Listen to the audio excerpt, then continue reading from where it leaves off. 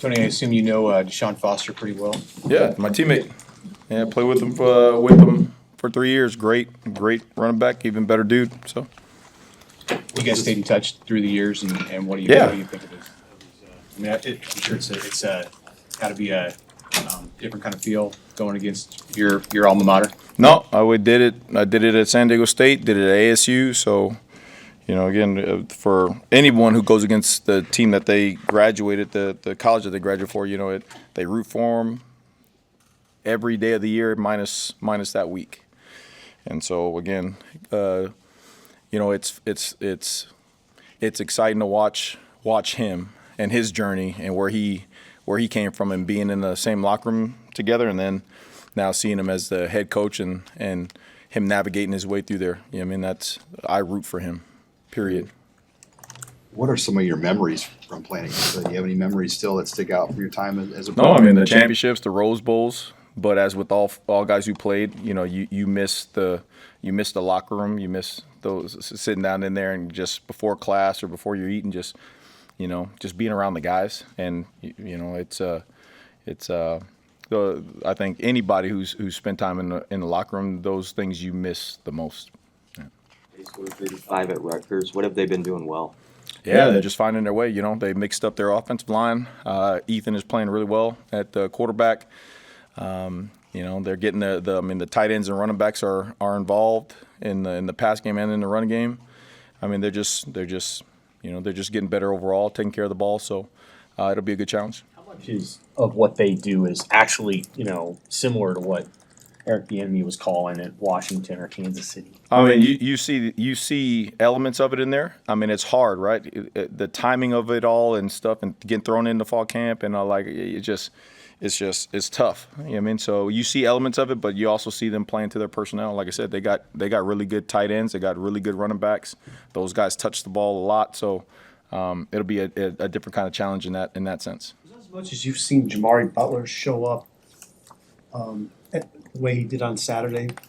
No, I mean, he was like that at the beginning of the year, and then he was, as with all football players at this time, they're banged up and all that kind of stuff, and then just gradually, I think he started settling down and being able to play like that, but also did a good job of taking care of his body with Mitch and Corey and those guys and stuff, and then you see him moving around even like he was at the beginning of the season, and again, no coincidence, he was making a ton of plays out there.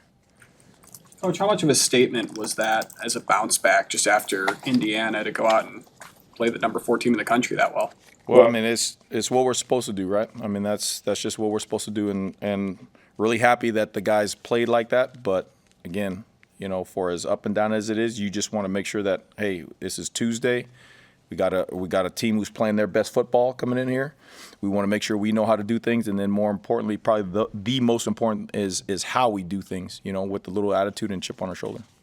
What faced MJ Sherman meant to that Jack linebacker room, not just the way he's playing, but of impacting Willis and Prince Will. Yeah, I mean, he sets a great example. Being an older guy, that's the kind of guy you want. Leading that position group. He's making a ton of plays, but it's the plays that he doesn't make where he's really impacting the game. I mean, he's like the undercover hero. I mean, he's taking on blocks. He's so physical. That first 4th down stop, I don't know if against in Ohio State or whatever, he's being double teamed and he crushes the tight end down and the wing is still on him. And as soon as the tight end comes off, he inserts himself up the field and he hits the ball carrier.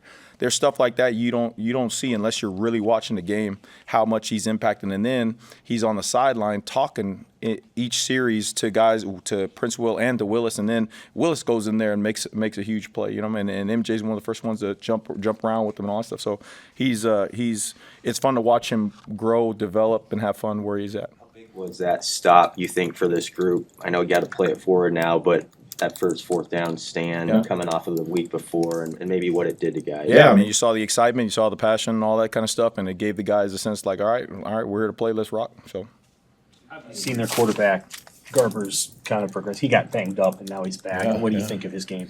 Again, playing the best ball he's played all year. I mean, he sees, he got the ball out of his hands quick. He knows who's open.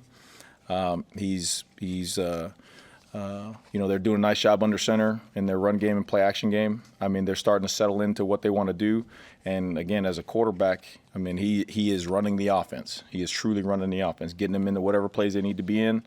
And no coincidence, they scored their highest amount, against Rutgers. Is there anything he does particularly well? Just straight.